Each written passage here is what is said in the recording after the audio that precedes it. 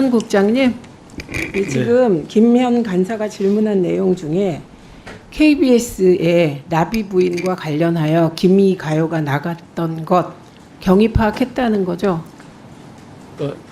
과장이 경위 파악한 것을 보고 받으셨죠? 네, 뭐 간략한 내용이었습니다. 해보세요, 지금. 그 보고받은 내용을 지금 전 국민 앞에서 얘기해 보세요. 제가 지금 자료를 잘 갖고 있지 않아서, 근데 제 기억에 의하면 그 기사에 나왔던 것처럼 그게 뭔데요? 기사 저 못 봤어요, 제가. 네. 편성 과정에서 아무튼 약간 실수였다고 이야기한 걸로 기억이 납니다. 그거 서류로 각 의원실에 전부 자료 제출해 주시기 바랍니다. 그리고 김영관 국장님, 네. 그 당적 결격 사유 확인에 대한 답변 과정에서 당사자들이 스스로 말한 것을 믿고 결격 사유에 해당하는 사람은 없었다고 답변하셨죠? 네, 결격 사유 확인서로 확인을 했습니다. 뭐 같은 말이죠. 그러면 실제로 지금 방통위가 선임한 13명 중에 지난 3년간 당적을 보유한 사람이 있는지 없는지 실제 사실관계는 확인하지 못한 거죠? 네, 당으로부터 회신을 받지 못했습니다. 네. 그러니까 본인이 그냥 본인들 답변만 믿고 그냥 넘어갔다 이 얘기하고 있는 거예요. 그러면 이건 뒤집어서 보면 실제로 지난 3년간 당적을 가진 사람이 있을 수도 있는 거예요. 없을 수도 있고. 그죠? 네, 저희는 네. 하여튼 기한을 정해서 요청을 했습니다. 네, 그런 거죠. 그러니까 확인은 못했다. 이게 팩트인 거예요. 그 다음에 혁신기획 담당관이 국민의힘 쪽에 보낸 문건이 탄원서도 아니고 공문도 아니다. 이런 입장이신 거죠? 네, 그렇습니다. 근데 이게 특정 언론에 이게 어디였나요? TV조선이었나요? 조선일보였나요? TV조선이었나요? TV조선에도 이 혁신기획 담당관이 같이 문건을 준 건가요? 모르시겠죠? 그거는 모르겠는데. 그래서 본인이 예. 나와야 되는 거예요. 얼버무리고 넘어갈 수가 없죠. 왜냐하면 이 사안은 그냥 넘어갈 수가 없는 사안이죠. 그 언론 보도에 따르면 이게 국회에는 제출을 안 했는데 이게 TV조선에서 그대로 이게 화면까지 나갔어요. 예, 그 화면 내용에 보면 방통위 사무처 직원들이 여름 휴가는커녕 주말에 나와 이 더운 날씨에 에어컨도 안 나오는 사무실에서 고생하고 있는 상황이 안타깝다. 뭐 이렇게 써놨네요. 본인한테 물어봐야 돼요. 어떤 고생을 했나요? 나와서 뭐 했나요?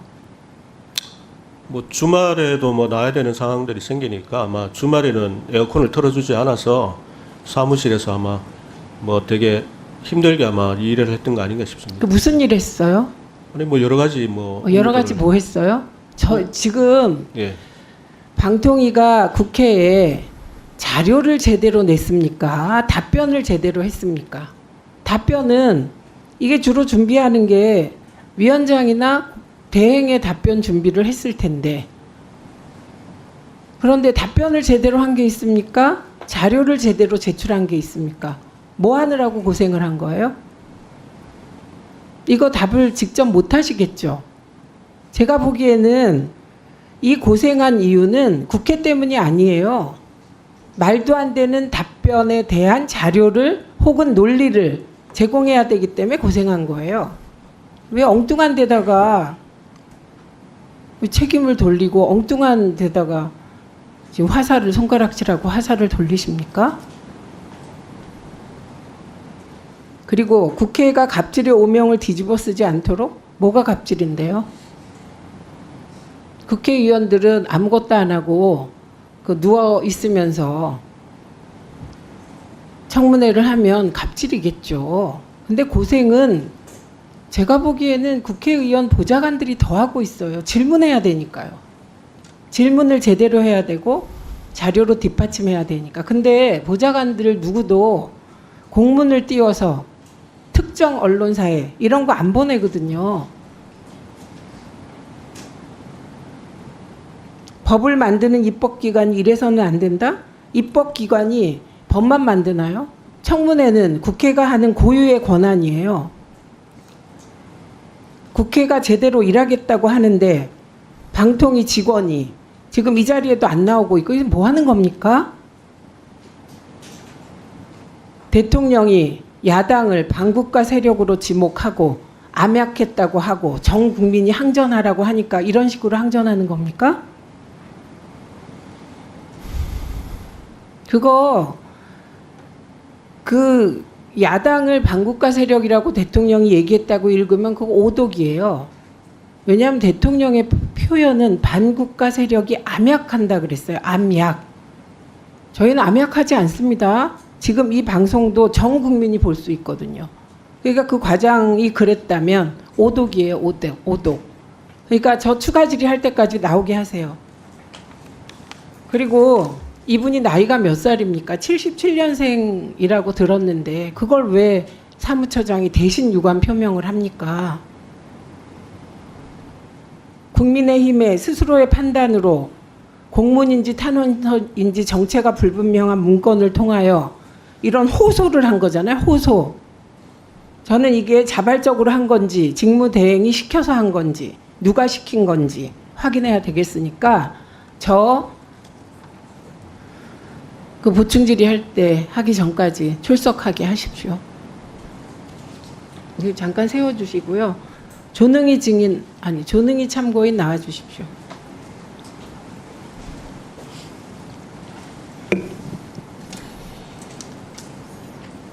김재철, 이진숙 그리고 이어지는 보수 정권 때 MBC의 경영진들이 노조를 와해시키기 위해서 어떤 일을 했나요?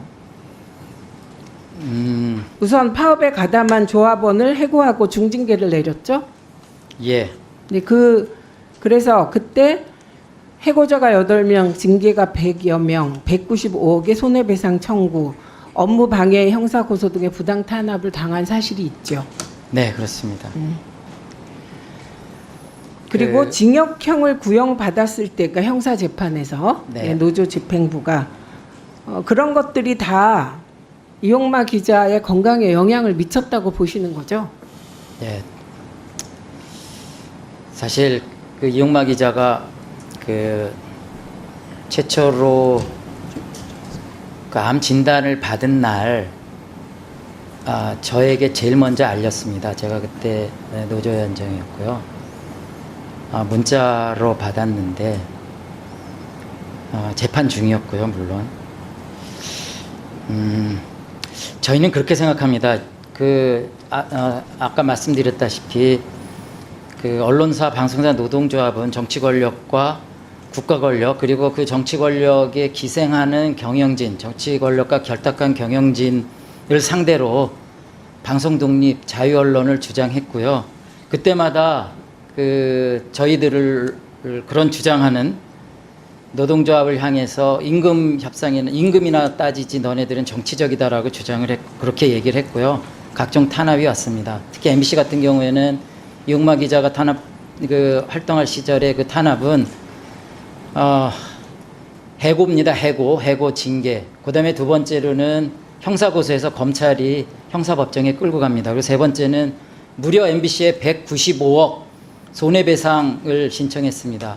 그렇게 되면 조합이 와해됩니다. 보통 이 세 가지를 노조 탄압 3종 세트라고 하는데, 노조를 탈퇴하면은 그 손해배상을 안 받게 해줬다, 이런 식이고요.